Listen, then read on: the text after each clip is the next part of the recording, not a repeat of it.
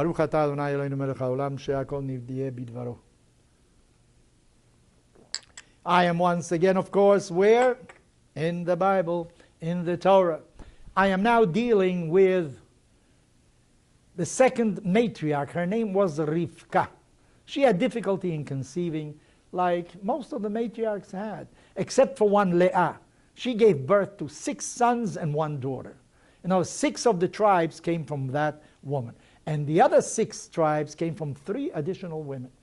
In any event, this Rivka, who is the wife of Yitzchak and will be eventually the mother of Yaakov, she has a problem. When she is, hold on, cuando está encinta, ¿cómo se dice? Pregnant. Okay. This Rivka has a problem. When she's pregnant, she doesn't know what's going on. There seems to be a revolution in her inside. She doesn't understand what's going on. So she goes to inquire of God. That's what it says in the Torah. What does it mean to inquire of God? Our rabbis say that there were already houses of study of Shem and Ever, because on the one hand, while the whole world was idolatrous, after Abraham, there was a revival. And somehow, once again, people started coming back to what was the true tradition, what was the true belief of one God. And there was a yeshiva of Shem and Ever. Those were descendants of Adam also. So she went there to ask, what's going on? You know what's going on? You have 2 different peoples in your womb. That's why you feel this movement that is going on that you can't understand. And actually, the older one is going to serve the younger one. They're going to be totally different. Well, at least she knows what's going on. There's nothing extraordinarily different. Something maybe natural is going on in her life. So she gives birth to 2 babies. The first one is going to be called Esav, Esau. The second one is called Yaakov,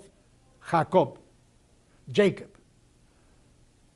What was the difference between the 2? Maybe the names indicated. Esav means Asui. He's already done. This kid was born with hair. He was born like a little boy already. While the other one was smooth, altogether different. And what was the name Yaakov? Because he was holding on to the heel of his brother. Ekev is heel in Hebrew. So he was holding on to the Ekev of his brother, and that's why he was called Yaakov. But he was the second one. And they were actually very different. One was also called Edom because he was reddish, of reddish appearance, or maybe because he had gotten some lentils that were reddish. For some reason he's reddish. And the other one is because he was born while he was holding on to the heel of his brother. Or maybe something else. You know what Yaakov means? Yaakov means not straight. Slightly to one side. Doesn't follow a straight path.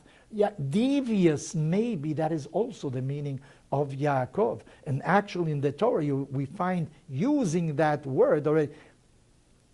The older brother says, Yaakveni, he's somehow deceiving me. He's not straight, he's not honest. That was the meaning of the word. Well, we also see something, that in the case of Esav, the name has to do with what he looks like. What his appearance is. He's a strong guy. He loves the field. He loves to go out. Yaakov, on the other hand, has to do with his character. He's a homebody. He is with his parents. He is also not so straight. We see he does a few things that are not quite correct.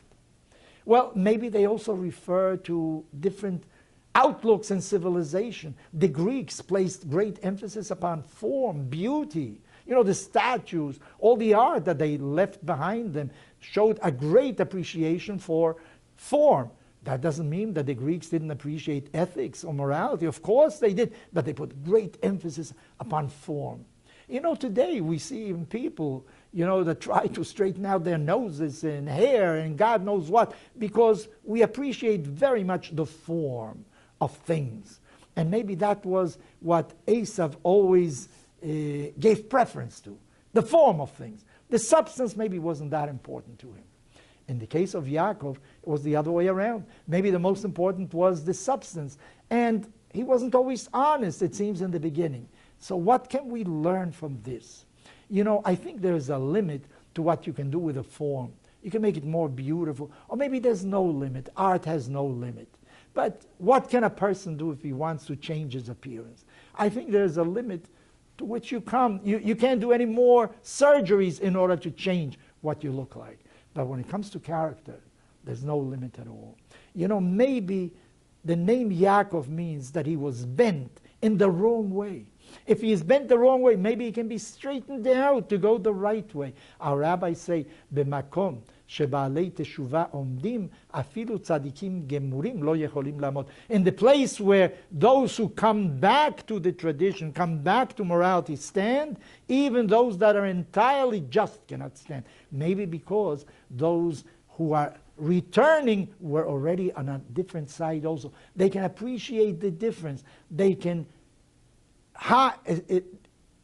hope and ascend higher stages in life because they know already what is the difference. So I think this is a very important lesson for us. I am not saying we should minimize art. By all means, I think that appearances are very important, but not exclusively. I think very important is character, what you really are. And remember, when it comes to issues of character, there's no limit at all. There's no limit to study. There's no limit to what you can understand. Your brain will never be full of information. There's always additional room. And of course, your heart is never full of sentiment. You can always have another little place to incorporate somebody whom you want to love in this world.